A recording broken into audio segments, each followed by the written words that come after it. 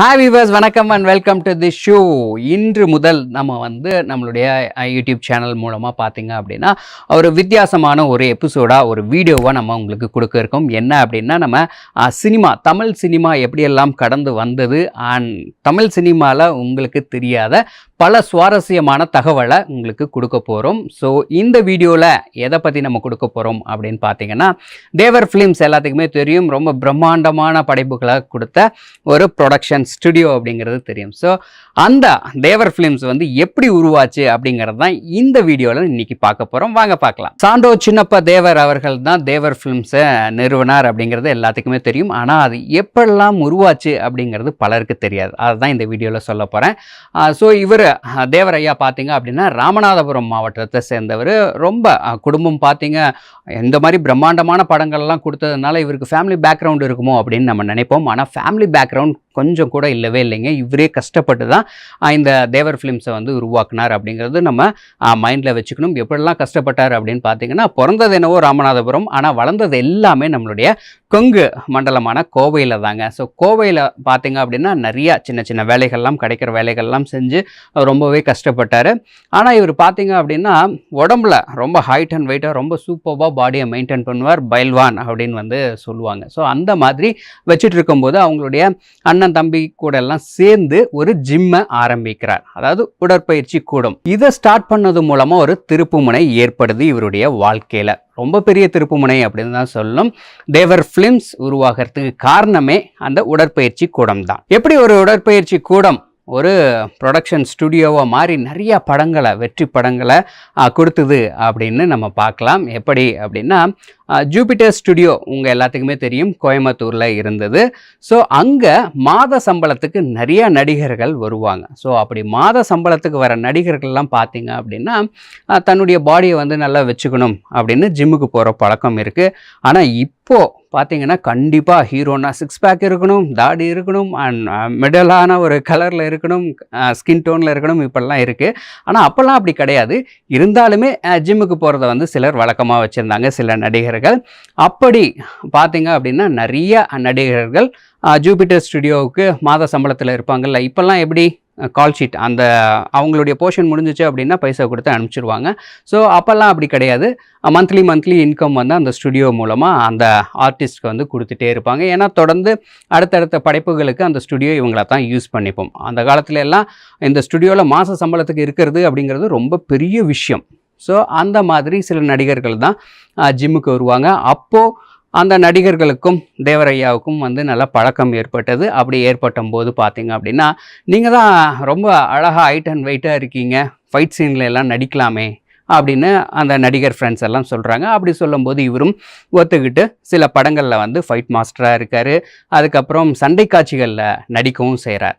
So இப்படி fight மாஸ்டராகவும் சில சண்டை காட்சிகளில் நடித்தவர் எப்படி ப்ரொடக்ஷன் ஆரம்பித்தார், தேவர் ஃபிலிம்ஸ் ஆரம்பித்தார் அப்படிங்கிறது தான் ரொம்ப சுவாரஸ்யமான விஷயம். எப்படி அப்படின்னு பார்த்தீங்கன்னா, குறிப்பாக நான் சொன்னேன் இல்லையா, ஜூபிட்டர் ஸ்டுடியோவில் இருந்த நடிகர்கள்லாம் ஜிம்முக்கு வருவாங்கன்னு.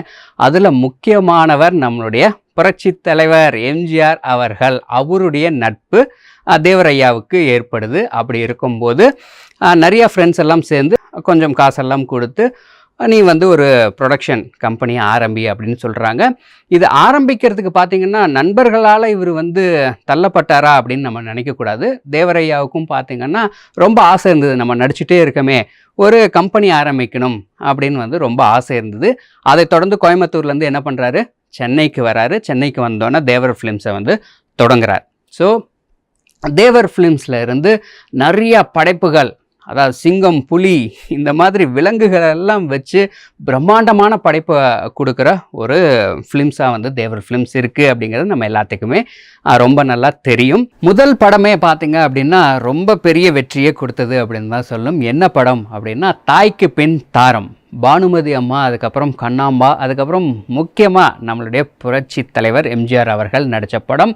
இந்த படத்தில் முக்கியமான ஒரு ரோல் அப்படின்னே சொல்லலாம்.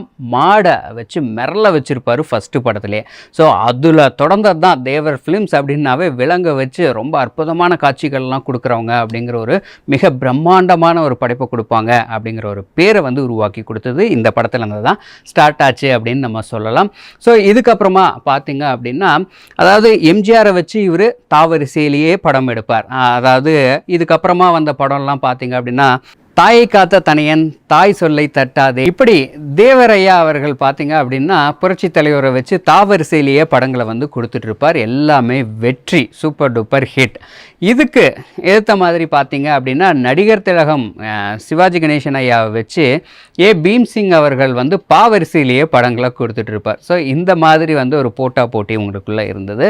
ஒரு முக்கியமான ஒரு விஷயத்தை நம்ம குறிப்பிட்டே ஆகணும். என்ன அப்படின்னா, தேவரையாவுக்கும் அதாவது ஆரம்ப கால நட்பு எப்படி ஜூபிட்டர் ஸ்டுடியோவில் ஆரம்பித்தது இல்லையா, அது வந்து இவருடைய இறுதி காலம் வரை வந்து தொடர்ந்துச்சு அப்படின்னு தான் சொல்லணும்.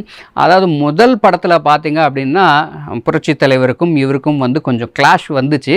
இருந்தாலும் அது வந்து போக போக சரியாகி ஒரு அந்த கிளாஷ் வந்து இன்னும் நல்ல இவங்களுக்குள்ள ஒரு பாண்டிங், நல்ல ஒரு நட்பை வந்து இன்னும் பலப்படுத்துச்சு அப்படின்னு தான் சொல்லணும். அந்த அளவுக்கு இவங்க வந்து சண்டை போட்டுட்டு அதுக்கப்புறம் ரீஜாயின் ஆகி ரொம்ப நிறைய வெற்றி படைப்புகளை வந்து கொடுத்தாங்க அப்படின்னு தான் சொல்லணும். இதுக்கு நடுவில் ஜெமினி கணேசன், சிஎல் ஆனந்தன், இப்படி பலரை வச்சு வந்து தேவரையா வந்து படம் வந்து தயாரித்தார் அப்படின்னு தான் சொல்லணும். என்னதான் இவங்களையெல்லாம் வச்சு சில முன்னணி நடிகர்களை வச்சு இவர் படம் தயாரித்தாலும் மீண்டும் எம்ஜிஆர் அவர்கள் கூட தான் கைகோத்து நிறையா படங்களை கொடுத்தது அப்படிங்கிறது நம்ம எல்லாத்துக்குமே தெரியும். தன்னோட படத்துக்கு என்ன ஒரு இலாக்காவை வந்து உருவாக்குனார் அப்படின்னு தான் சொல்லணும். தேவர் ஃபிலிம்ஸ் டைட்டில் இலாக்கா அப்படின்னே வந்து சில டைம்லாம் வந்து வெளிவந்திருக்கு. ஸோ இந்த மாதிரி பல விஷயங்களை வந்து அவர் ரொம்ப மும்முரமாக வந்து கவனம் செலுத்துவார். இவர் பார்த்தீங்க அப்படின்னா மீண்டும் எம்ஜிஆர் அவர்களுக்கே வந்து வச்சு நிறையா படத்தை பண்ணார் அப்படின்னு நான் சொன்னேன்ல. இவருடைய டீம், இவருடைய சக்ஸஸ்க்கு முக்கியமான காரணம் என்ன அப்படின்னு பார்த்தீங்கன்னா, அவரும் இதைத்தான் நம்புகிறாரு. அதாவது இசைக்கு கேவி மகாதேவன், அதுக்கப்புறம் பாடலுக்கு கண்ணதாசன் அவர்கள், அதுக்கப்புறம் இயக்கத்துக்கு பார்த்தீங்க அப்படின்னா சகோதரர் திருமுகம் அவர்கள். ஸோ இவங்களை வச்சு தான் படம் வந்து பண்ணுவார். பாட்டெல்லாம் சூப்பர் டூப்பர் ஹிட் ஆகிடும். பூஜை வந்து ஒரு நாளை ஃபிக்ஸ் பண்ணுவார். அன்றைக்கி பூஜை வைக்கிற அன்றைக்கே பார்த்திங்கன்னா புரட்சி தலைவர் அவர்கள், அதுக்கப்புறம் மற்ற டெக்னீஷியன்ஸ், அதுக்கப்புறம் எல்லா நடிகர் நடிகைகள் எல்லாத்தையுமே வந்து ஃபிக்ஸ் பண்ணி ஒத்துக்க வச்சுப்பார் கரெக்டாக. ஏன் அப்படின்னா பூஜை அன்றைக்கே இவர் வந்து ரிலீஸ் டேட்டையும் அனௌன்ஸ் பண்ணிடுவார். அதே மாதிரி தான் ரிலீஸு கண்டிப்பாக ஒரு நாள் கூட தாமதமாகாமல் ரிலீஸ் ஆகும். இதை அவருடைய வழக்கமாக வச்சுருக்காரு. ஸோ இப்படி இவருடைய கரெக்டாக பூஜை அன்றைக்கே ரிலீஸை சொல்லிடுறாரே, அதே மாதிரி பண்ணிடுறாரே அப்படின்னு வந்து தமிழ் இண்டஸ்ட்ரியே வந்து அந்த காலத்தில் இவருக்கு நிகராக நிறையா ப்ரொடியூசர்ஸ் எல்லாம் இருந்திருப்பாங்கள்ல, அவங்கெல்லாம் வந்து ரொம்ப வந்து இவரை பார்த்து பொறாமப்பட்டிருக்காங்க அப்படின்னும் நம்ம சொல்லலாம். அந்த அளவுக்கு கரெக்டாக ஷார்ப்பாக வந்து முடிச்சிடுவார். அதே மாதிரி பேமெண்ட்டும் பார்த்திங்க அப்படின்னா சிங்கிள் ஒரே இதில் வந்து எல்லாத்துக்கும் செட்டில் பண்ணக்கூடிய ஒரு நல்ல மனிதர் அப்படின்னு தான் சொல்லணும். இவருடைய பயணம் வந்து போய்கிட்டு இருந்தது. ரொம்ப எல்லாமே சிங்கமாகட்டும், புலியாகட்டும், மாடாகட்டும், எக்கச்சக்கமாக சூப்பரான ஹீரோஸ், சூப்பரான பாடலாசிரியர், சூப்பரான மியூசிஷியன்ஸ், இப்படி தான் வச்சு இவர் நம்பர் 1 தேவர் ஃபிலிம்ஸை வந்து கொண்டு வந்தார். அடுத்ததாக பார்த்தீங்க அப்படின்னா ஹாத்தி மேரா ஷாத்தி அப்படிங்கிற ஒரு ஹிந்தி படத்துக்காக ராஜேஷ் கண்ணா அவர்களை வந்து லீட் ரோலுக்காக இவர் வந்து புக் பண்ணுறாரு. புக் பண்ணோன்னா ராஜேஷ் கண்ணா அவர்கள் வந்து ஒரு அமௌண்ட்டை சொல்கிறாங்க. அந்த அமௌண்ட்டை உடனே எந்த தவணையும் சொல்லாமல் தன்னுடைய கைப்பையிலேருந்து எடுத்து இந்தாங்க அப்படின்னு கொடுக்குறாரு. இதுக்கப்புறம் சுவாரஸ்யமான ஒரு விஷயம் இருக்குது தேவரையாவை பற்றி. என்ன அப்படின்னா, பல வருடங்கள் வங்கி கணக்கே இல்லாமல் வந்து இருந்திருக்காரு. அவருடைய ஹேண்ட்பேக் தான் அவருக்கு வந்து பேங்காக செயல்பட்டுருக்கு. ஸோ எல்லாமே டப்புன்னு செட்டில் பண்ணிடணும் அப்படின்னு நினைக்கிறார். 2 தவணை 3 தவணை சொல்கிறது ஐயாவுக்கு பிடிக்கவே பிடிக்காது. இப்படி சினிமாவில் ஒரு கன்சன்ட்ரேட்டான ஒரு சூப்பரான ஒரு மனுஷனை இனி நம்ம பார்க்க முடியுமா அப்படிங்கிறது தெரியல. அடுத்ததாக கே பாலாஜி அவர்கள் பார்த்தீங்க அப்படின்னா நடிகர் திலகம் அவர்களை வச்சு பல படங்கள் வந்து கொடுத்துருக்காரு. ஆனால் புரட்சி தலைவர் எம்ஜிஆர் அவர்களை வச்சு ஒரு படம் கூட கொடுக்கல. அதே மாதிரி நம்மளுடைய தேவர் ஐயாவும் பார்த்தீங்க அப்படின்னா 26 படங்கள் வந்து புரட்சி தலைவர் எம்ஜிஆர் அவர்களை வச்சு கொடுத்துருக்காரு. ஆனால் சிவாஜி கணேசன் ஐயாவை வச்சு ஒரு படம் கூட கொடுக்கல. இதுக்கு என்ன காரணம் அப்படிங்கிறதெல்லாம் வந்து நமக்கு தெரியாது. அதாவது அப்போ வந்து நான் எப்படி முன்னாடியே சொன்னேன்ல உங்களுக்கு, ஒரு கம்பெனி ப்ரொடக்ஷன் கம்பெனி இருந்துச்சு அப்படின்னா அந்த ப்ரொடக்ஷன் கம்பெனி கீழே மாத சம்பளத்துக்கு நடிகர்கள் இருப்பாங்கன்னா அந்த மாதிரி இவங்கன்னா இவங்க, இந்த டீம்னா இந்த டீம் அப்படிங்கிற மாதிரியே ஃபஸ்ட்லேருந்து செட் ஆயிடுச்சு. மற்றபடி மனஸ்தாபமோ அந்த மாதிரியான விஷயங்கள்லாம் இருந்த மாதிரி ஒன்றும் தெரியலை. தேவர் மற்றும் எம்ஜிஆர் அவர்களுடைய கூட்டணி அப்படின்னாவே தேட்டருக்காரங்கள்லாம் ரொம்ப குஷி ஆகிடுவாங்களாம். ஏன் அப்படின்னா எல்லா படமும் தொடர்ந்து ஹிட் ஆகும், நிறைய நாட்கள் வந்து ஓடும் அப்படிங்கிற ஒரு நம்பிக்கை தான். ஆனால் இவங்களுடைய கூட்டணியில் ஒரு படம் வந்து தோல்வியாக இருக்குது அப்படின்னு தான் சொல்லும். தேர் திருவிழா அப்படிங்கிற ஒரு படம் வந்து அவ்வளோ பெருசாக வந்து ஹிட் ஆகலை அப்படிங்கிற ஒரு விஷயமும் இருக்குது. அதை தவிர மற்ற எல்லா படமுமே சூப்பர் டூப்பர் ஹிட் ஆகிருக்கு இது வரைக்கும். இதுக்கெல்லாம் காரணம் என்ன அப்படின்னா, சான்றோ சின்னப்பா தேவர் அவர்கள் பார்த்தீங்க அப்படின்னா உழைப்பாலேயே வந்து முன்னேறினவர், சிறந்த முருக பக்தர்.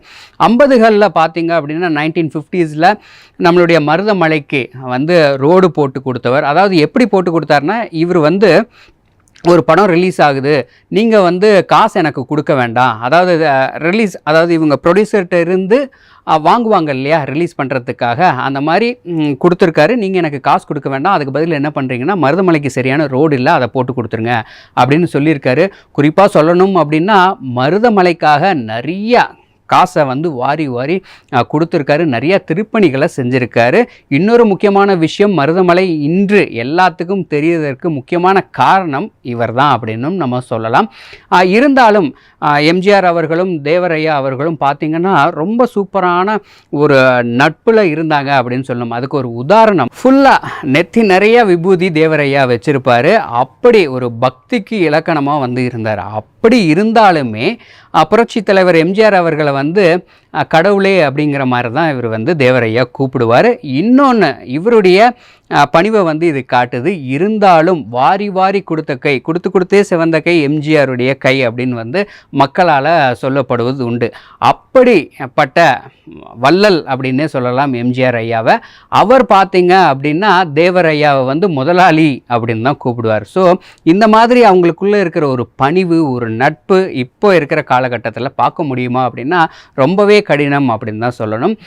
இந்த மாதிரி நல்ல அற்புதமான விஷயங்கள், அற்புதமான படைப்புகள்லாம் கொடுத்த தேவர் ஃபிலிம்ஸ் ஜூன் 28, 1915 வந்து தேவரையா பிறந்தது அப்படிங்கிறது குறிப்பிடத்தக்கது. இப்போ கிட்டத்தட்ட அவருக்கு வந்து 107 வருஷம் வந்து ஆயிடுச்சு அப்படின்னு தான் சொல்லணும். ஸோ அவர் மறைந்தாலும் அவருடைய புகழ் தமிழ் சினிமா இண்டஸ்ட்ரி இருக்கிற வரைக்கும், ஏன் சினி இண்டஸ்ட்ரி இருக்கிற வரைக்குமே வந்து மறையாது அப்படின்னு தான் சொல்லணும். ஸோ இன்றைக்கி தேவர் ஃபிலிம்ஸ் உருவானதையும் தேவரையா பற்றியும் நம்ம இன்றைக்கி நிகழ்ச்சியில் பார்த்துட்டோம். இதே மாதிரி அரிய தகவலோட அடுத்த வீடியோவில் உங்களை வந்து சந்திக்கிறேன். அதுவரை உங்களிடமிருந்து விடைபெறுவது Prasanna and cameraman GDR Krishna. Okay, so மறக்காமல் நீங்கள் என்ன பண்ணுறீங்க, இந்த மாதிரி தகவல்லாம் நீங்கள் தெரிஞ்சுக்கணும் அப்படின்னா கண்டிப்பாக சப்ஸ்கிரைப் பண்ணுங்கள், பெல் பட்டனை மறக்காமல் ப்ரெஸ் பண்ணி வச்சுக்கோங்க. அப்போ தான் நம்ம போடுற வீடியோ உடனே உங்களுக்கு நோட்டிஃபிகேஷனாக காட்டும். அண்ட் இந்த விஷயம் பிடிச்சிருந்தது அப்படின்னா உங்கள் ஃப்ரெண்ட்ஸும் தெரிஞ்சுக்கணும் அப்படின்னு நினச்சிங்கன்னா மறக்காமல் ஷேர் பண்ணுங்கள், எங்களுக்கு சப்போர்ட் பண்ணுங்கள் அப்படிங்கிறத நான் சொல்லிவிட்டு நான் கிளம்புறேன்.